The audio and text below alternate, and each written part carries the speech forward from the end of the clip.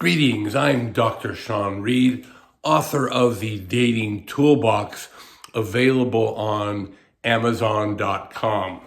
So what I want to talk about today is I want to talk about the end of hypergamy, or is it the end of hypergamy?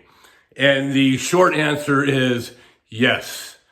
And so the follow-up question is, what can men do about this situation? How can men navigate the world successfully when we're seeing an end to hypergamy? However, we're also seeing that this is actually create some very serious problems for relationship, and there are some things that men need to do to navigate this world successfully. So that's what I'm going to tell you in this clip.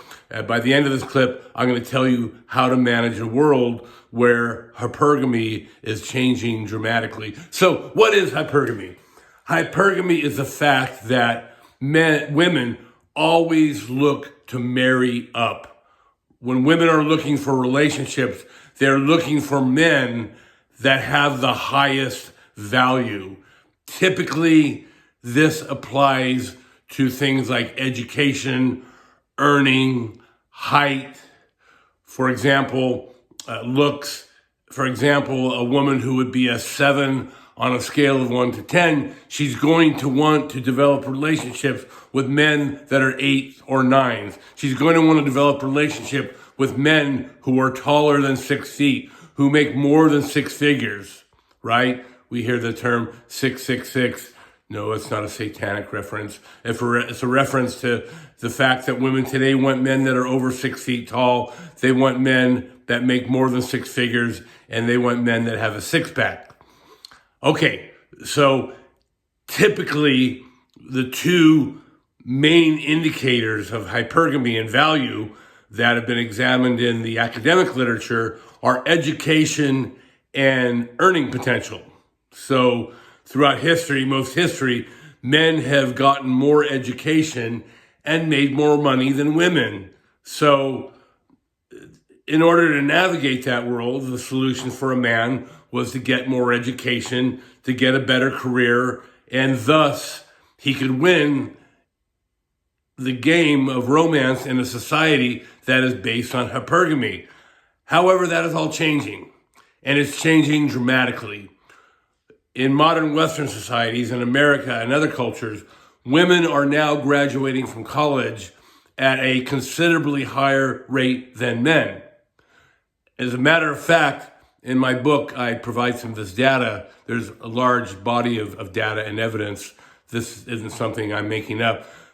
The reality is that within the next 20 or 30 years, women will be graduating from college at a 2-to-1 rate over men. So for every man that graduates from college, 2 women will graduate from college. And that's bad. That's bad because women tend to want to marry men that have more education. What about income? Women tend to want to marry men that make more money than them. That's the natural order of things. That's how things are. However, what we're seeing now is the fact that young women in their 20s, are now out earning men in their 20s. And again, I discuss this and I provide the data in my book. Projections show us that that the earning gap will widen in the future. Women are going to make more money than men. So the question is, how do men navigate a world where women have more education and women make more money? How can a man be successful in this world? What I call this is the problem of the girl boss. Okay? What we're going to have today is you're going to be facing relationships with what I call the girl boss. My wife is a girl boss. She manages multiple medical facilities.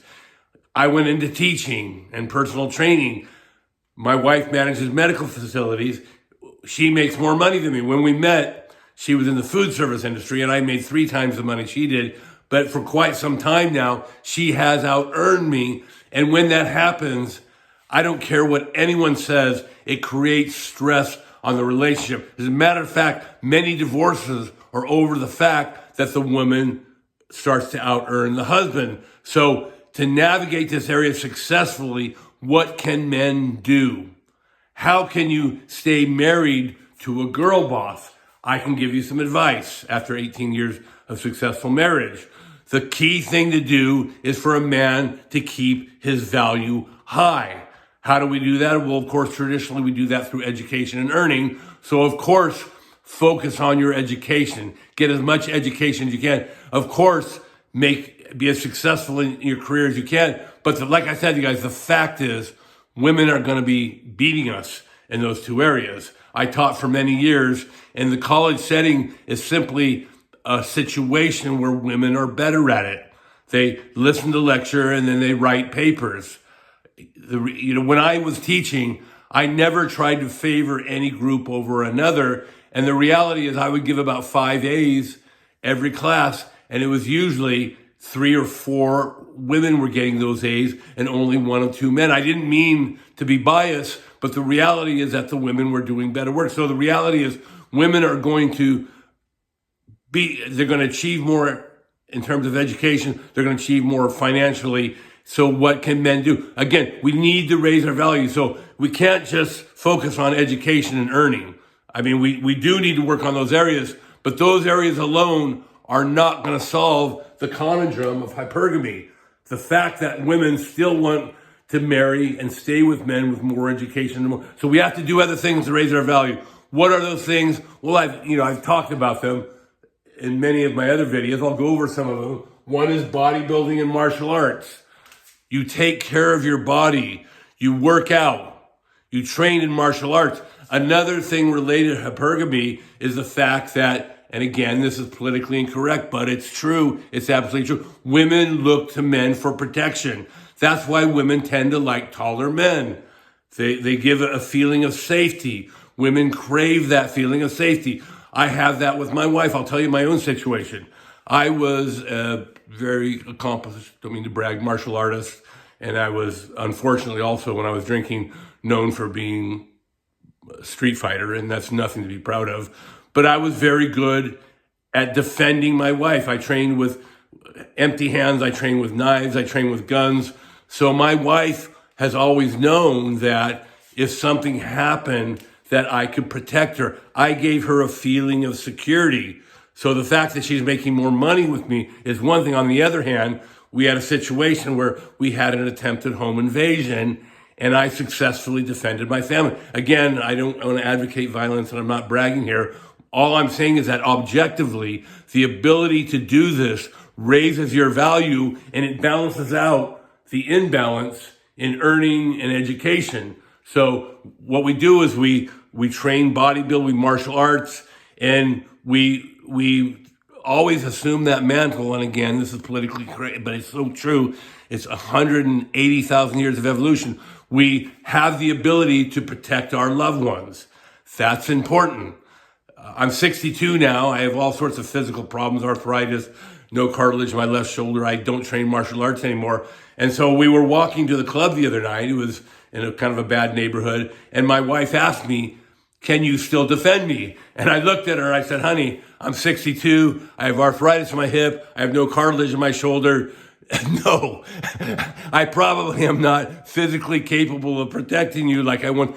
And her face was crushed. I cannot tell you the look of disappointment on her face. So jokingly, I said, I carry a blade. I train in the Filipino martial arts. I go, okay.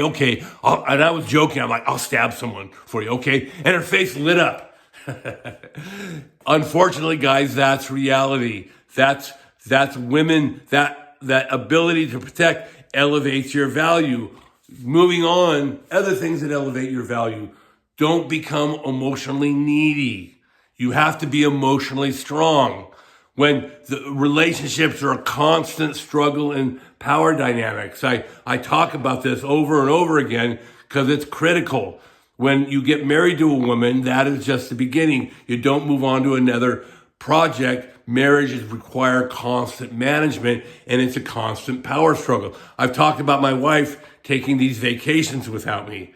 And my first instinct is to say, hey, why didn't you take me on the vacation, right? To really expose my emotional neediness. I don't do that because if I did, The reality is it would lower her interest level. I would be emotionally needy. I've talked about this before. It's controversial, but when my wife takes a vacation without me, doesn't call me or not, I go out to the club with my friend. That's the way I counterbalance that is I maintain emotional strength.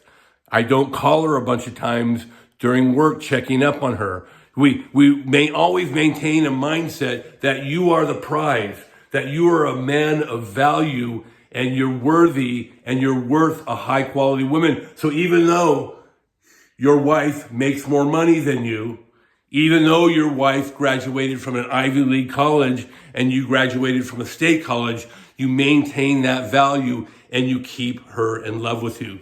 So let's see if I've covered everything. Okay, so finally, we maintain, excuse me, we maintain something called frame. I'm losing my voice, so I'll go over this some other time.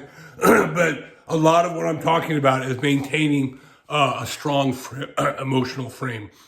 Okay, I'm losing my voice, so I've said about 95% of what I needed to say.